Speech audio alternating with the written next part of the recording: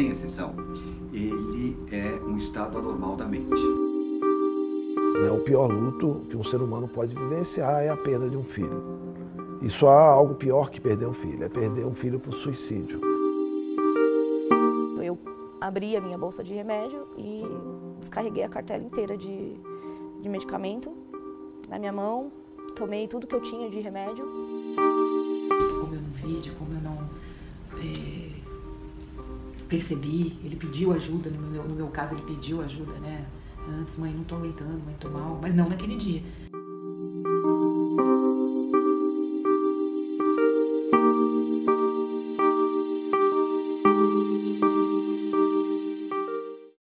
De acordo com a Organização Mundial da Saúde, o suicídio é atualmente um problema de saúde pública mundial.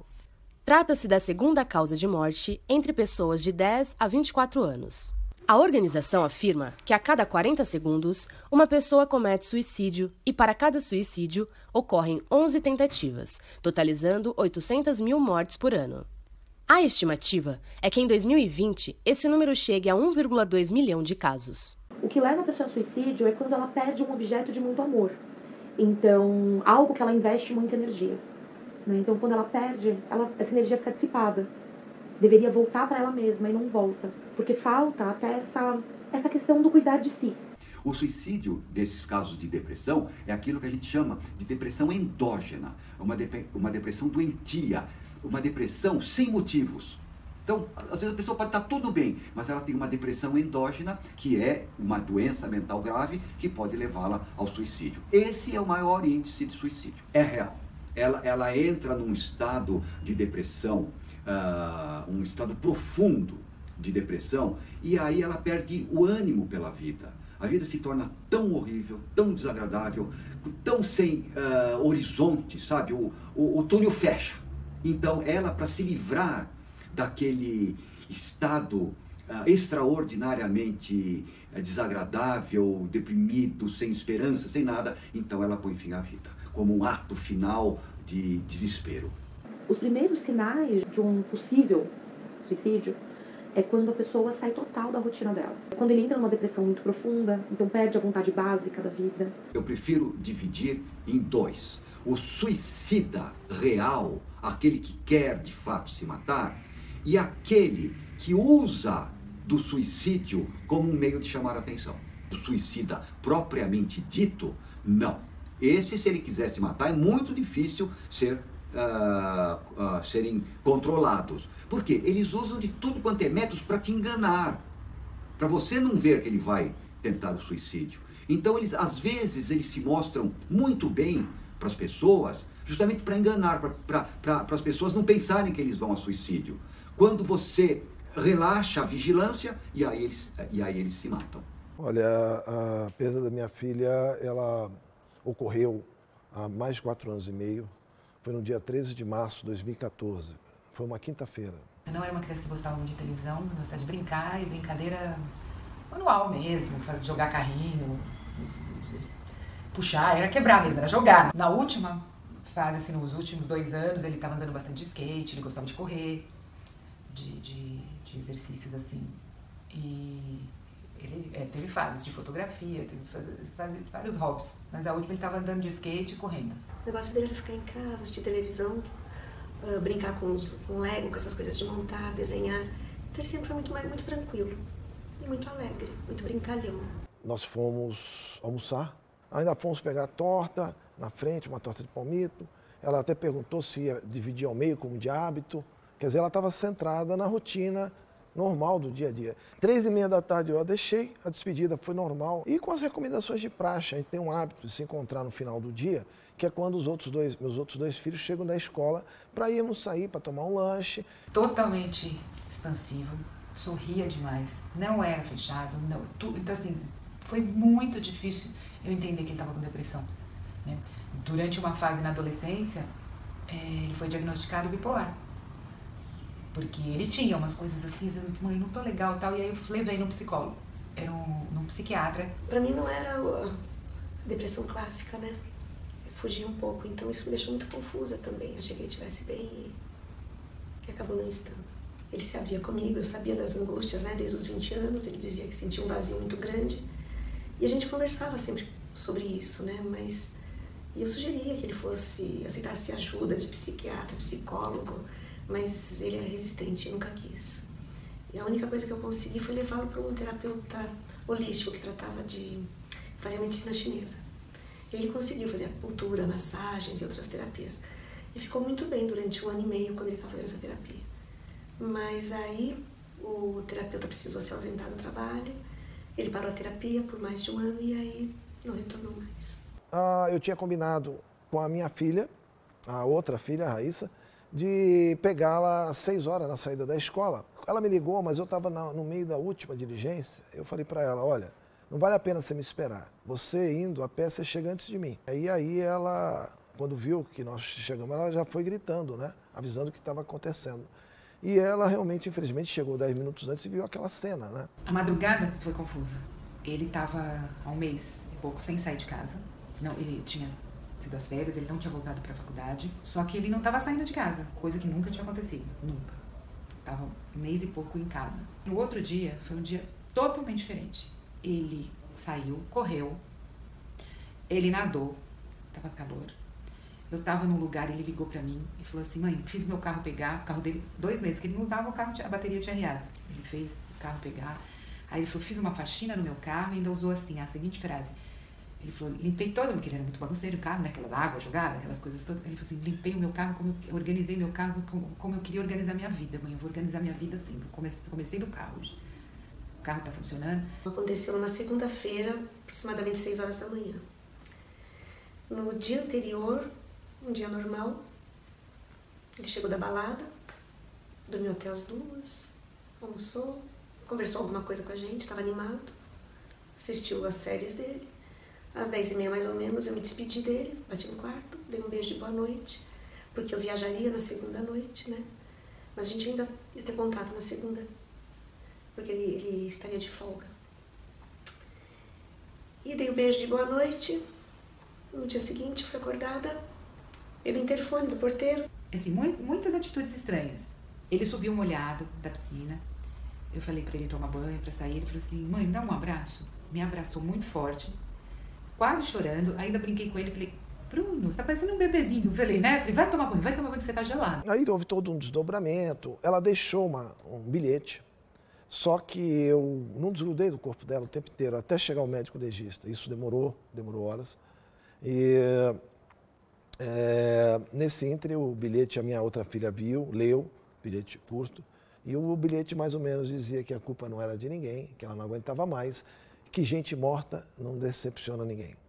E que era o melhor que ela tinha para fazer. Aí fui trabalhar, eu ia viajar à noite. Ele ligou pra mim 8 horas da manhã. Que horas você vai pra casa, mãe? Falei, meio-dia, 1 hora eu tô em casa. Tá bom, mãe, então eu tô lá pra gente conversar, que eu tô sem celular. Falei, eu vi. E aí eu tava no banco, que eu ia viajar à noite. No banco, não pude, né? Pode atender o telefone, tocou. Eu lembro que eu atendi só e falei assim, não deixei ele falar. Falei, Bruno, tô saindo do banco, já te ligo. E quando eu liguei, saí de dentro da agência, tava no carro e liguei do carro, ele tava com uma voz bem pastosa. Assim, mãe, te amo. Ele atendeu, só falou isso, ficou mudo. E aí vocês imaginam meu coração? Falei, não, calma. Meu marido desceu pra ver e quando ele viu era ele mesmo. E aí, nossa vida virou do avesso. Foi isso. A coisa de 1 ano, de alguns meses atrás, o meu melhor amigo falou, que ele estava do meu lado na ocasião, mais de 100 pessoas, ele disse, olha, aí ele me contou que aquele momento foi um momento assustador para todo mundo compreendeu, mas eu parecia um animal sangrando, né? Foi um momento, assim, acho que de dor suprema, que acho que nenhum ser humano viu. Uma dor muito grande, eu não consigo explicar, né? De você sentir que uma pessoa não quer mais viver, que ela não... Por que um jovem perfeito não quer? Embora o Felipe, desde os 17, dissesse que ele sentia que ele morreria jovem. Ele dizia que ele sentia que ele não ia chegar até os 30, mas que ele não estava dizendo que ele ia se matar, não era isso. Era uma sensação que ele tinha de que ele morreria cedo. Ele falava, mãe, não estou dizendo que eu vou me suicidar, não é nada disso, é uma sensação que eu tenho. Então eu já tinha pensado em perder o meu filho jovem porque ele tinha me provocado esse pensamento. mas nunca, jamais pensei que ele pudesse se despedir da vida dessa forma, jamais. E eu nunca pensei em suicídio, mas depois que eu perdi a minha filha, essa coisa do suicídio veio muito no começo, veio muito. Mas onde eu me fortaleci e agora não vem mais, ao contrário, eu quero viver mais 60 anos, eu tenho 60 anos, estou vivendo uma nova etapa, a condição de idoso, né?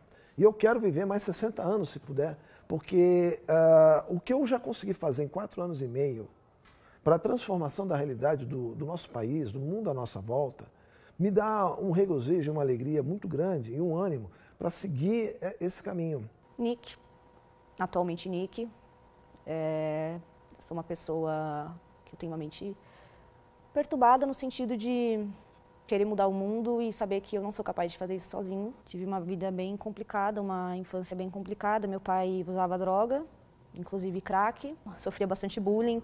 Uma época bem difícil para mim foi quando eu estava com 15 anos, porque foi aí quando eu tive a absoluta certeza, entre aspas, que eu não conseguia fugir mais da minha homossexualidade. E aí eu renasci, né, dia 22 de setembro do ano passado, depois de ter passado por alguns problemas, minha ex-namorada ter terminado comigo, ter sofrido um abuso sexual. Eu acabei tentando suicídio no dia 22 de setembro de 2017, aqui na faculdade, após uma colega de sala me agredir verbalmente. Eu estava muito frágil, num momento muito frágil. Eu acabei me perdendo aqui nas ruas próximas e tentei suicídio com os medicamentos que eu tomava para depressão. E dia 11 de outubro de 2017 eu tentei de novo, novamente com os medicamentos. Mas eu não fiquei tão ruim quanto da primeira vez. Da primeira vez eu fiquei pior, mas também sobrevivi. E de lá para cá eu comecei o SUS, os meus pais, as pessoas ao meu redor começaram a levar minha depressão a sério. E hoje eu tenho depressão ainda, tomo medicação, mas se eu for comparar o que eu era um ano atrás, eu estou muito melhor. E aí eu fiquei bem mal, assim. Eu não lembro muito bem o que foi que eu senti, porque foi a primeira vez eu fiquei pior. Eu só sei que eu entrei no metrô e aí eu via todo mundo rindo, as pessoas voltando da faculdade, gente voltando do trabalho, muita gente feliz. E eu estava me sentindo um lixo. Então chegou a hora de eu tomar o meu remédio. Eu abri a minha bolsa de remédio e descarreguei a cartela inteira de medicamento na minha mão. Tomei tudo que eu tinha de remédio, como se eu só tivesse tentado anestesiar uma dor. E eu me arrependo, assim, porque dói, sabe? Não é uma covardia. Você realmente, às vezes, não aguenta a dor. Então, eu me arrependo muito, assim. Hoje, de estar um pouco melhor, eu olho assim e falo assim, eu não tentaria novamente. Eu não tentaria. Eu acredito que a principal importância de falarmos em suicídio na mídia é para dar a conotação que, de fato, ele tem, né? O suicídio é um problema de saúde pública. Então, se a gente não falar nisso, a gente acaba colaborando para que esse problema de saúde pública acabe ficando cada vez maior. O problema no fato de que a imprensa se limita a cobrir o suicídio só quando ele acontece com pessoas famosas, com celebridades, gente que inspira outras pessoas, é gerar um fator de risco, que é a romantização do suicídio.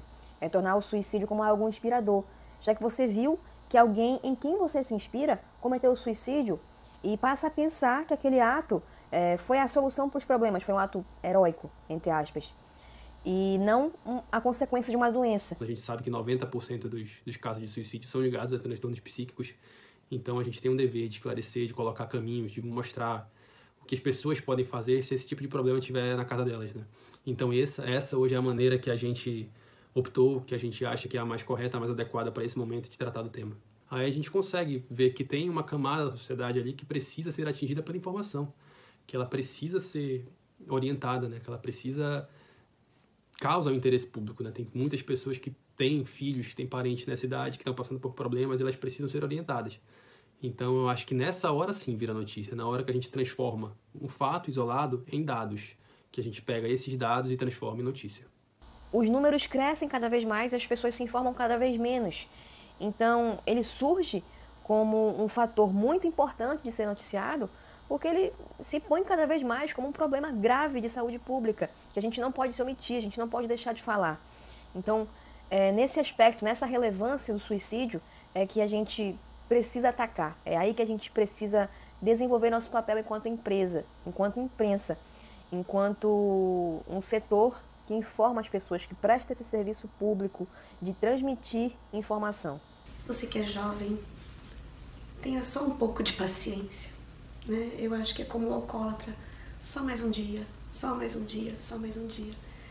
E não hesite em pedir ajuda, não hesite em pedir colo, porque existem muitas pessoas dispostas a ajudar as pessoas que estão precisando. Então eu acho que para o jovem que tudo tem uma saída, que os mais velhos já passaram por problemas, cada um na sua idade, na sua fase, de como era, né, como estava o mundo, mas todos passaram por angústias. É o que vai te formar e te dar as novas identidades que vão se extrair de você enquanto pessoa humana. Se você não se amar, ninguém vai te amar. É isso, você tem que pensar em você primeiramente para depois pensar na sua dor, no que as pessoas estão causando com você.